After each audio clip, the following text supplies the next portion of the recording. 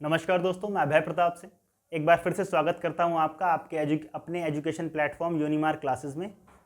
आज हम लोग इंडियन पॉलिटी सीरीज़ को आगे बढ़ाते हुए अपना इंडियन कॉन्स्टिट्यूशन के डेवलपमेंट का पार्ट 2 पढ़ने वाले हैं।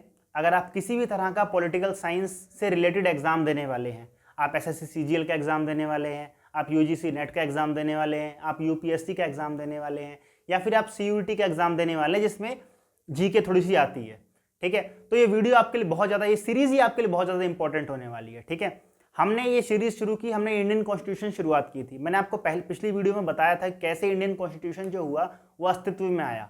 ठीक है, कैसे एक कंपनी आती है ईस्ट इंडिया कंपनी, कैसे वो इंडिया के ऊपर राज करना शुरू कर देती है, बिजनेस करते करते वो धीरे धीरे पॉलिटिकल मामलों में हस्तक्षेप करने लग जाती है, पर उसमें धीरे धीरे करप्शन होने लग जाता है। करप्शन होने की वजह से क्या होता है, इंग्लैंड की सरकार धीरे धीरे कंपनी के ऊपर कंट्रोल करने के लिए कुछ रूल बनाती है, वही रूल आगे जाके भारत का कॉन्स्टिट्यूशन बन जाते हैं। ठीक है, तो अंग्रेजों ने जो रूल्स बनाए थे उनको दो पार्ट में डिवाइड किया जाता है। इंडिया के लिए जो रूल बनाया उसको दो पार्ट में डिवाइड करते हैं। एक 1857 के रिवॉल्यूशन से पहले, 1857 की क्रांति से पहले, और एक 1857 की क्रांति के बाद। तो 1857 की क्रांति से पहले कौन कौन से रूल बनाए गए, उनके अंदर क्या क्या था, कौन कौन सी इंपॉर्टेंट बातें थी, इसके बारे में पिछला वीडियो बनाया गया है, आप जाके उसको एक बार देख लीजिए। ठीक है, और 1857 क्रांति के बाद क्या हुआ कि अंग्रेजों का राज पूरे भारत के ऊपर हो गया। जब पूरे भारत के ऊपर ही उनका राज हो गया तो फिर तो अब तक जो नियम चार्टर्ड एक्ट बोल के बन रहे थे, अब वो भारत शासन अधिनियम बन गए। ठीक है, तो क्या क्या बने इस वीडियो में हम समझेंगे, लेकिन उससे पहले अगर अब तक आपने चैनल को सब्सक्राइब नहीं किया, चैनल को सब्सक्राइब कर दीजिए। नीचे कमेंट बॉक्स में अपने सवाल हमसे आप पूछ सकते हैं और अपने दोस्तों के साथ शेयर जरूर कर दीजिए। ठीक है, आइए शुरू करते हैं। तो इंडियन कॉन्स्टिट्यूशन हम पढ़ने वाले, इंडियन कॉन्स्टिट्यूशन डेवलपमेंट का जो पार्ट 2 है। ठीक है, अब इस पार्ट 2 को पढ़ने के लिए हम क्या करेंगे, देखिए, अगर आपको अब तक आपने चैनल को ज्वाइन नहीं किया, आप हमारा व्हाट्सएप चैनल ज्वाइन कर सकते हैं इस लिंक से। आप हमारे यूट्यूब लेक्चर देख सकते हैं इस पीडीएफ पे, इसी लिंक पे आप क्लिक करेंगे, आप यूट्यूब पे पहुंच जाएंगे। यूट्यूब पे भी अगर आप यूनिमार्क क्लासेस सर्च करेंगे तो आपको चैनल मिल जाएगा। ठीक है, अब उसके बाद ये जो पीडीएफ है आपको फ्री ऑफ कॉस्ट अवेलेबल करवा दिया है, व्हाट्सएप चैनल ज्वाइन कर लो आप हमारा, आपको मिल जाएगा ये अपने आप ही। तो भारत के आप अंदर जो हुआ 1857 का रिवॉल्यूशन हो गया। ठीक है, 1857, और इस लड़ाई के अंदर पूरे इंडियन कई राजाओं का ग्रुप एक तरफ, अंग्रेज एक तरफ, और इस लड़ाई में अंदर इंडियन ग्रुप जो था वो हार गया था। ठीक है, इंडियन ग्रुप हार गया, इंग्लैंड का पूरा राज हो गया। इंग्लैंड ने क्या किया, कंपनी के शासन को हटा दिया, कंपनी को साइड कर दिया, और अब ये कहा गया कि इंग्लैंड का जो राजा होगा वही इंडिया का राजा होगा। ठीक है, अब भारत के जो एक्ट बनने लग गए, अधिनियम बन रहे थे अब तक, अब उसे भारत शासन अधिनियम कहा जाने लग गया। यानी अब इंग्लैंड पे जो रूल बनेगा वो भारत के ऊपर शासन करने के लिए बनेगा। तो इसके तहत सबसे पहला जो रूल आया वो आया 1858 में। 1858 में जो रूल आया उसमें क्या किया गया, सबसे पहले तो भारत के गवर्नर जनरल को नाम को बदल के अब भारत का वायसराय नाम कर दिया गया। ठीक है, इंडिया में एक वायसराय चूज किया कि भाई भारत का ही वायसराय हुआ करेगा। भारत के वायसराय का मतलब इंग्लैंड का जो राजा है उसका प्रतिनिधि होगा एक तरीके से। ठीक है, मतलब राजा ने पॉइंट किया है उसको कि भाई ये भारत का वायसराय है, जो इंग्लैंड का राजा बोलेगा भारत का वायसराय वो करेगा। लेकिन इंग्लैंड के बहुत सारे देश गुलाम थे, अब राजा बेचारा कितनों को बोलेगा, इसीलिए कोऑर्डिनेशन पर्सन बिठाया गया। इंग्लैंड में एक पर्सन को बिठाया गया जिसे क्या कहा गया, जिसे कहा गया भारत सचिव। देखिए याद रखिएगा ये बात, भारत सचिव। इंग्लैंड में एक भारत सचिव होता था और हिंदुस्तान के ऊपर राज करने के लिए एक भारत का वायसराय हुआ करता था। तो भारत का सचिव क्या करता था, इंग्लैंड के राजा से पूछता था चाहिए रूल इंडिया में लगाऊं क्या, वो वायसराय को बताएगा, वायसराय पूरे इंडिया में उसको लागू कर देगा। ठीक है, और इस तरह से भारत के जो पहले वायसराय थे उनका नाम था कैनिंग, लॉर्ड कैनिंग लिख दिया, पता नहीं किसने इस पीडीएफ के अंदर, लॉर्ड वॉर्ड मत लिखा करो इनके आगे। ठीक है, ओनली कैनिंग, बड़े कनिंग किस्म के अंग्रेज थे। ठीक है, अब सिंपल सी बात है कि भाई ये कह दिया गया। उसके बाद भारत के मंत्री को वायसराय से गुप्त पत्र व्यवहार तथा ब्रिटिश संसद में प्रतिवर्ष भारतीय बजट पेश करने का अधिकार दिया गया। ठीक है, अब आप देखो कुछ कुछ बातें आप कैसे इंडिया से रिलेट कर पाओगे इसको, कि ब्रिटिश संसद में क्या कहा गया कि भारतीय बजट पेश किया जाएगा, कि भारत सरकार कहाँ पे क्या खर्चा करने वाली है ये बजट पेश करना पड़ेगा भाई वहां पे आकर के। ठीक है, और आप यकीन नहीं मानोगे, मैं आपको बताता हूँ कि जो इंग्लैंड के जो राजा थे वो भारत का बजट देखा करते थे। तो जब वो भारत का बजट देखा करते थे तो इंग्लैंड में जब यहाँ पे शाम होती है तब वहाँ थोड़ी थोड़ी सुबह हो रही होती है। ठीक, तो यहाँ पे बजट शाम को पेश किया जाता ताकि वो लोग देख सकें, वो लोग अपने टाइम पर देख सकें। और ये परंपरा अंग्रेजों के जाने के बाद भी हिंदुस्तान में चालू रही बहुत लंबे टाइम तक। जब तक अटल बिहारी वाजपेयी प्रधानमंत्री नहीं बन गए थे तब तक इंडिया में बजट शाम को ही पेश हुआ करता था। ठीक है, तो ये सब बातें आपको पता रहनी चाहिए। अब देखो, इसके बाद आया अपना एक्ट। अभी आप समझ गए पहले वाला एक्ट कैसे आया। आपका पहली बात तो अब तक जो भारत का गवर्नर था अब वो बन गया भारत का वायसराय। लॉर्ड कैनिंग पहले वायसराय बन गए। इंग्लैंड के अंदर बन गया एक भारत का सचिव। भारत का सचिव और भारत का वायसराय दोनों आपस में कोऑर्डिनेट करके भारत के ऊपर राज किया करते थे। एक तरीके से इंग्लैंड का राज चलता था। अब एक नया अधिनियम आया। इस अधिनियम को कहा गया 1861 का भारत शासन अधिनियम। इसके अंदर क्या कहा गया कि वायसराय की एक विधान परिषद होगी। वायसराय अकेले फैसले नहीं लेगा, वायसराय का भी एक मंत्रिमंडल हुआ करता है। जैसे हमारे यहाँ मंत्रिमंडल होता है ना, प्रधानमंत्री के पास गृह मंत्री अलग होता है, रक्षा मंत्री अलग होता है, वित्त मंत्री अलग होता है। ऐसे वायसराय के पास एक विधान परिषद हुआ करेगी जिनसे सलाह करके वो क्या करेगा, कोई फैसला लेगा। इस परिषद में कम से कम 6 और ज्यादा से ज्यादा 12 सदस्य शामिल हो सकते थे, ऐसा कहा गया। ठीक है, इसके बाद मद्रास और बंबई की जो प्रेसिडेंसी थी उनको विधायी शक्तियां पुनः प्रदान करके विकेंद्रीकरण की प्रक्रिया शुरू की गई। विकेंद्रीकरण का मतलब क्या होता है, पावर को डिस्ट्रीब्यूट करना। जैसे मैंने आपको पिछले वीडियो में बताया था कि जब कंपनी का शासन चल रहा था तो सबसे पहले इंग्लैंड ने सोचा कंपनी की जो फैल रही है ना, इस कंपनी को कंट्रोल करना पड़ेगा। उन्होंने बंबई और मद्रास का पूरा गवर्नर उठा करके बंगाल के अंडर में डाल दिया था। लेकिन अब जब कंपनी का राज खत्म हो गया, अंग्रेजों का राज आ चुका है, तो अब डिसेंट्रलाइजेशन कर रहे हैं पावर का। ठीक है, डिसेंट्रलाइजेशन वर्ड ये बहुत इंपॉर्टेंट वर्ड है, विकेंद्रीकरण। ध्यान रखना, इसको डिटेल में समझेंगे अभी आगे। ठीक है, विकेंद्रीकरण का मतलब होता है शक्तियों को बांट देना। ठीक है, शक्तियों को बांट देना, इसे कहते हैं विकेंद्रीकरण। अब वायसराय जो है विधायी कार्य हेतु नए प्रांतों का निर्माण करना, प्रांतों में गवर्नर की नियुक्ति का अधिकार प्रदान करना, सब वायसराय कर रहा था, जो गवर्नर वगैरह सब बनेंगे। ठीक है, अब वायसराय की जो परिषद है, वायसराय उसकी जो परिषद है, उसको अध्यादेश जारी करने का अधिकार प्राप्त हो गया। ठीक है, और ऐसे जब वो अध्यादेश पारित करेगा तो इसकी अध्यादेश की अवधि 6 महीने की होगी। अब देखो, आप इस बात को रिलेट करो कि आज भारत में राष्ट्रपति के पास ये अधिकार होता है कि अगर पार्लियामेंट का सेशन नहीं चल रहा है तो वो अध्यादेश ले आता है। ठीक है, और ये अध्यादेश भी 6 महीने के लिए वैलिड रहता है। तो आप देखो कितना ज्यादा रिजेंबल कर रहा है। ये जो कॉन्स्टिट्यूशन बन रहा था ये धीरे धीरे इंडियन कॉन्स्टिट्यूशन में कन्वर्ट होता गया। यहीं से कुछ कुछ बातें उठाई गई एक्चुअली में। ठीक है, तो अब इसके बाद बात आता है अपना 1892 का भारत शासन अधिनियम। ठीक है, इसमें क्या किया गया कि जो विधि निर्माण करने वाली समिति थी, जो भारत के लिए कानून बनाती थी, इसमें प्रश्न पूछने का अधिकार दिया गया और बजट पर बहस करने का अधिकार दिया गया। मतलब भारतीय लोग भी अब सवाल पूछ सकते थे कि भाई आप ये बजट बना रहे हो तो उसका क्या उद्देश्य है, क्यों बना रहे हो इसमें। ठीक है, सवाल पूछ सकते हैं, बहस कर सकते हैं, लेकिन वोट नहीं कर सकते थे। ठीक है, वोट करने का अधिकार अभी भी नहीं था, ध्यान रखिएगा इस बात का। उसके बाद आता है 1909 का भारत शासन अधिनियम। इसको मार्ले मिंटो सुधार भी कहा जाता है। देखो बहुत ध्यान से समझना है इस बात को।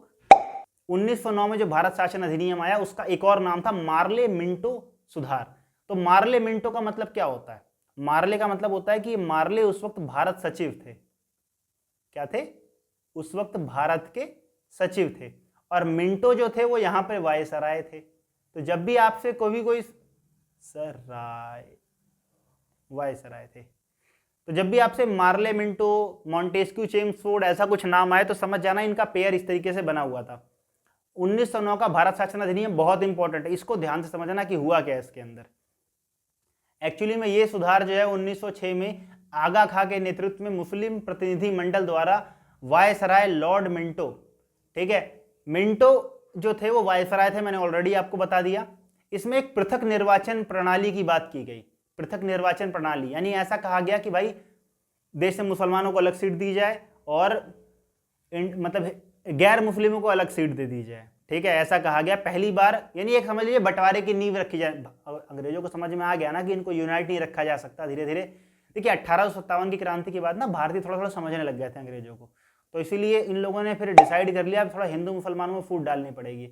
1906 के आसपास तक मुस्लिम लीग आ चुकी थी, तो मुस्लिम लीग का यूज करके अब मुसलमानों की अलग अलग डिमांड खड़ी होने लगी, सिर्फ मुसलमान ओरिएंटेड डिमांड शुरू होने लग गई। तो 1909 में पहली बार आगा खां के नेतृत्व में क्या हुआ, एक पृथक निर्वाचक प्रणाली कहा गया कि भाई कुछ सीटें मुसलमानों को दे दी जाए, मुस्लिम रिजर्व सीटें बनाई जाए पहली बार।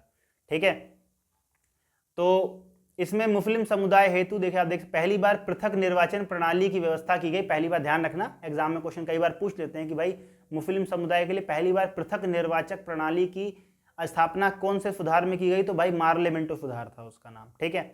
वायसराय की कार्यकारिणी में अब इंडियन लोग भी जा सकते थे, और वायसराय की कार्यकारिणी में देखिए पॉइंट समझ लीजिए, वायसराय की जो कार्यकारिणी है इसमें एक भारतीय सदस्य की नियुक्ति करने का प्रावधान किया गया था। ऐसे प्रथम भारतीय कौन से थे? सत्येंद्र नाथ सिन्हा जिनका नाम था। तो सत्येंद्र नाथ सिन्हा जो थे पहले भारतीय थे जो वायसराय की कैबिनेट में जाके शामिल हो गए थे, ठीक है। इसके बाद क्या हुआ कि आया 1919 का भारत शासन अधिनियम, जिसे मॉन्टेस्क्यू चेम्सफोर्ड भी सुधार कहा। अब देखो मॉन्टेस्क्यू चेम्सफोर्ड कहा गया, मतलब चेम्सफोर्ड क्या हो जाएंगे इसके अंदर? वायसराय हो जाएंगे, और मॉन्टेस्क्यू क्या है? भारत सचिव हो जाएंगे, ठीक है। इसके अंदर क्या किया गया, ये भी एक बहुत ही इंपॉर्टेंट सुधार था।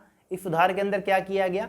द्विसदनीय केंद्रीय व्यवस्थापिका का प्रत्यक्ष निर्वाचन का प्रावधान किया गया। अब कहा गया ऐसा कि भाई प्रत्यक्ष निर्वाचन, डायरेक्ट वोट पड़ेंगे, तो डायरेक्ट प्रत्यक्ष, जो आज हम देखते हैं कि हम लोग इलेक्शन का टाइम चल भी रहा है, वोट डाल के आए होंगे आप लोग भी, तो इसमें प्रत्यक्ष निर्वाचन का प्रावधान किया गया कि पहली बार भाई प्रत्यक्ष प्रावधान अब वोट डाला जाएगा लोगों के जरिए।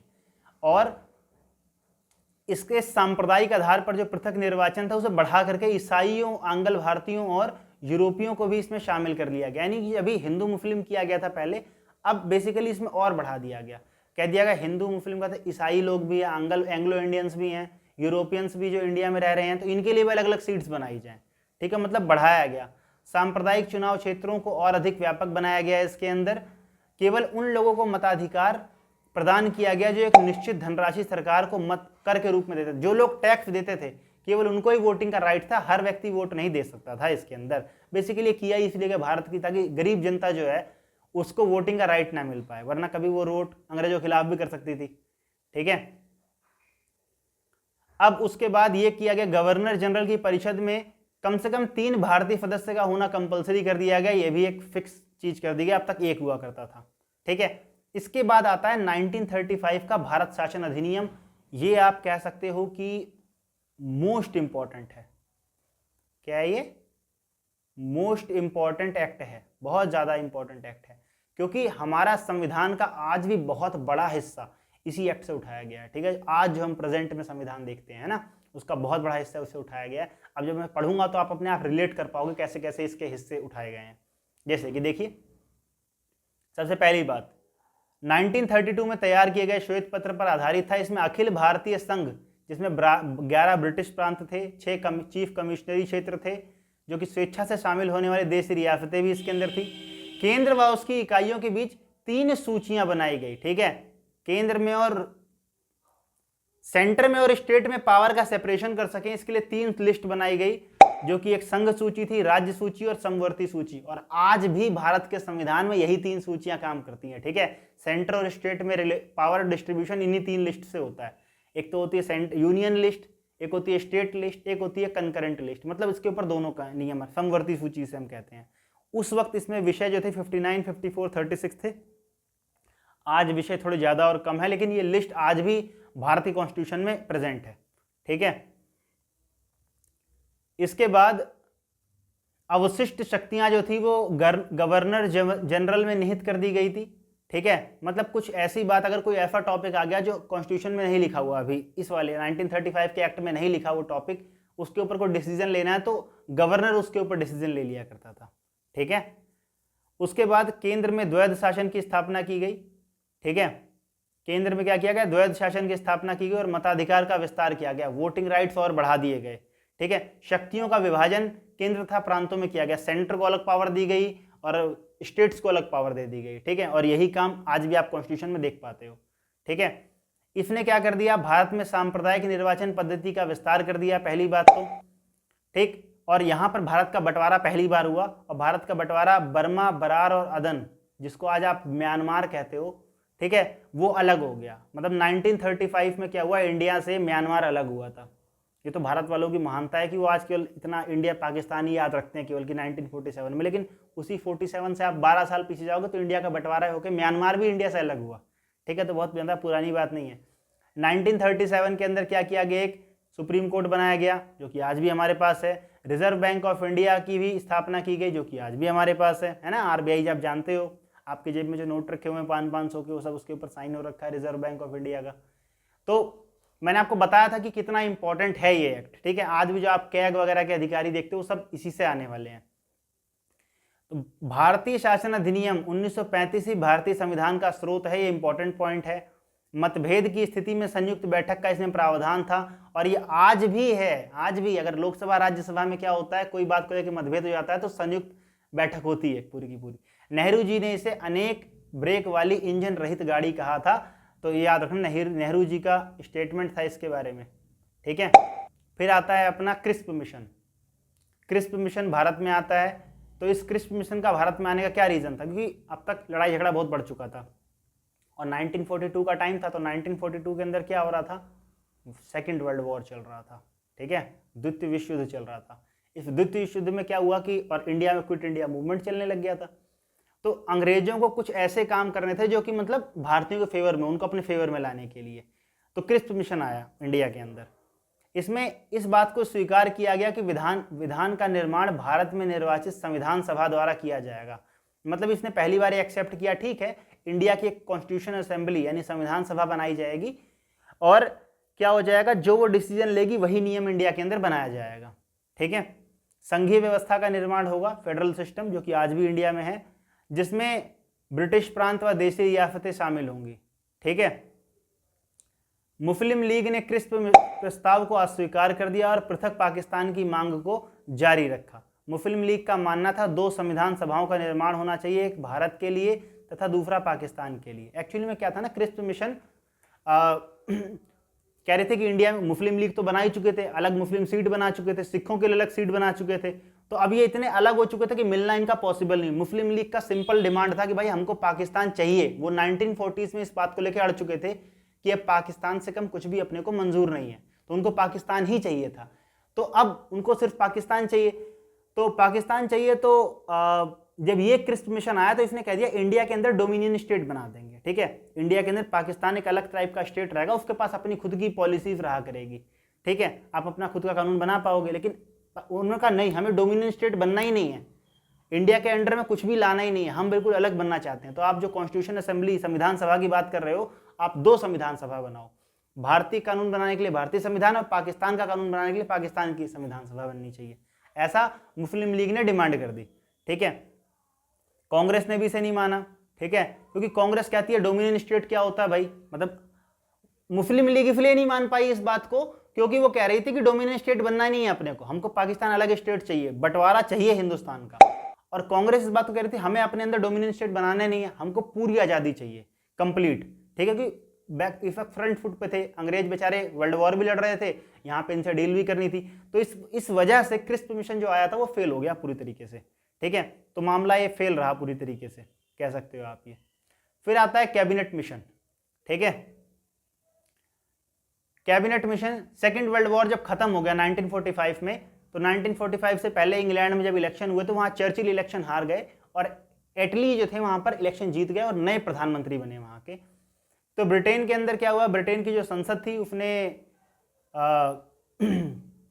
देखो यहाँ पॉइंट लिखा भी हुआ, चर्चिल और उसकी कंजर्वेटिव पार्टी चुनाव हार गई और क्लीमेंट एटली की लेबर पार्टी की सरकार बन गई। तो भारत के भावी स्थिति पर विचार करते हुए डेविड एटली ने क्या किया, एक कैबिनेट मिशन भेजा भारत के ऊपर। कैबिनेट मिशन 1946 इसी को कहा जाता है। इसके 3 मेंबर थे, लॉर्ड पैथिक लॉरेंस जो कि अध्यक्ष थे, भारत के मंत्री भी थे उस वक्त, स्टैडफोर्ड क्रिप्स और एवी अलेक्जेंडर, ये दोनों मेंबर थे। ध्यान रखना, स्टैडफोर्ड क्रिप्स वही वाले हैं थोड़ी देर पहले क्रिप्स मिशन लेकर के आए थे, इनका अपना खुद का मिशन तो फेल हो चुका था। पैथिक लॉरेंस इस बार लीड कर रहे थे, क्रिप्स और अलेक्जेंडर उसके केवल मेंबर थे, ठीक है। इस मिशन ने अपनी क्या करी, योजना बताई कि भाई हमें क्या क्या करने चाहिए, क्या क्या प्रस्ताव दिए इन्होंने। महात्मा गांधी ने क्या कहा था इसके बारे में, देखिए महात्मा गांधी ने कहा था कैबिनेट मिशन जो योजना थी उन परिस्थितियों में ब्रिटिश सरकार द्वारा प्रस्तुत की जाने वाली सर्वश्रेष्ठ योजना थी। महात्मा गांधी ने कहा था ये सबसे बढ़िया योजना यही वाली थी, ठीक है। तो कैबिनेट मिशन के महत्वपूर्ण प्रस्ताव जो थे ये क्या क्या थे, इसने कहा था भारतीय संघ का जो गठन होगा ब्रिटिश भारत व देशी राज्यों से मिलकर बनेगा, ठीक है। इसने कहा था ब्रिटिश भारत में जो राज्य हैं वो भारत के देशी रियासतें हैं, क्योंकि देखो भारत के ऊपर जब अंग्रेजों का पूरा राज होगा तो ऐसा नहीं अंग्रेजी सब कुछ करते थे, कुछ हिस्से अंग्रेजों के डायरेक्ट कंट्रोल में थे, कई कई जगहों पर राजा वाजा हुआ करते, राजा महाराजा, वो अंग्रेजों को उन्होंने अधीन मान लिया था, मतलब अंग्रेज जो बोलेंगे वो राजा वही माना करते, तो इसलिए वो राजा बने रहे। ठीक है, तो इन्होंने कहा कि भाई भारत जो बनेगा वो इस तरह से बनेगा, भारतीय संघ। कैबिनेट मिशन ने सुस्पष्ट रूप से मुस्लिम लीग की जो पाकिस्तान की मांग को क्या कर दिया, अस्वीकार कर दिया। कैबिनेट मिशन ने कह दिया भाई ये कोई मुस्लिम लीग का पाकिस्तान मांग रहे हो, ये नहीं होगा। अच्छा, उन्होंने कहा कि इन सब को, लेकिन हाँ पाकिस्तान बाकी स्टेट्स वगैरह को मिला करके एक हम क्या बनाएंगे, हम बना देंगे कि union of federation of India बना देंगे, जैसे यूएसए है ना, यूनाइटेड स्टेट ऑफ अमेरिका, वैसा बना देंगे। तो जो सेंटर होगी, सेंटर की सरकार के पास केवल विदेश, रक्षा और संचार इसके अधिकार होंगे, बाकी सारे अधिकार स्टेट्स के पास हुआ करेंगे। ठीक है, और अवशिष्ट शक्तियां जो होंगी वो प्रांतों के पास रहेगी, ऐसा इन्होंने कह दिया। ठीक है, ये सारे इनके योजनाएं थी, तो काफी हिट योजनाएं मानी गई, और अमेरिका में यही सारी योजनाएं काम करती हैं अगर आप देखोगे तो। फिर उसके बाद आती है लॉर्ड माउंटबेटन योजना। ठीक है, माउंटबेटन योजना क्या होती है भाई, माउंटबेटन कैबिनेट मिशन योजना में पाकिस्तान की मांग को अस्वीकार कर दिया गया था 1946 में। मुस्लिम लीग बड़ी गुस्सा हो गई इससे, और मुस्लिम लीग ने गुस्सा होकर 16 अगस्त 1946 को डायरेक्ट एक्शन डे कर दिया। ठीक है, प्रत्यक्ष कार्यवाही दिवस। डायरेक्ट एक्शन डे में क्या हुआ था, मुस्लिम लीग ने कई हिंदू बहुल इलाकों में जाके बहुत सारे हिंदुओं को मार डाला था। ठीक है, बहुत सारे बंगाल वगैरह में तो बहुत ज्यादा, बंगाल केरल साइड में बहुत ज्यादा हिंदुओं का कत्लेआम कर दिया गया, मतलब जो मिला उसी को मार दिया।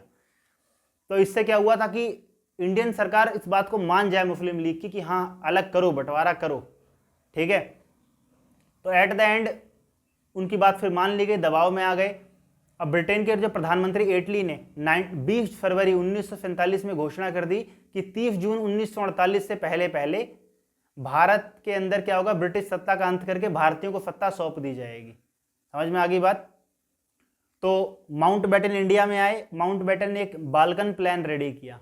बाल्कन प्लान का मतलब ये होता है कि भाई उन्होंने कहा कि इंडिया को छोटे छोटे स्टेट्स में डिवाइड कर देते हैं, और हर राजा के पास, और इंडिया पाकिस्तान नाम के 2 स्टेट बना देंगे, और जिसका मन करेगा, जैसे किसी रियासत का मन कर रहा है मैं पाकिस्तान में जाना चाहता हूँ पाकिस्तान चला जाएगा, जिसका मन कर रहा है इंडिया में रहना चाहता हूँ वो इंडिया में रहेगा, जिसका मन कर रहा है कहीं नहीं जाना तो वो कहीं भी नहीं जाएगा, फ्री रह सकता है।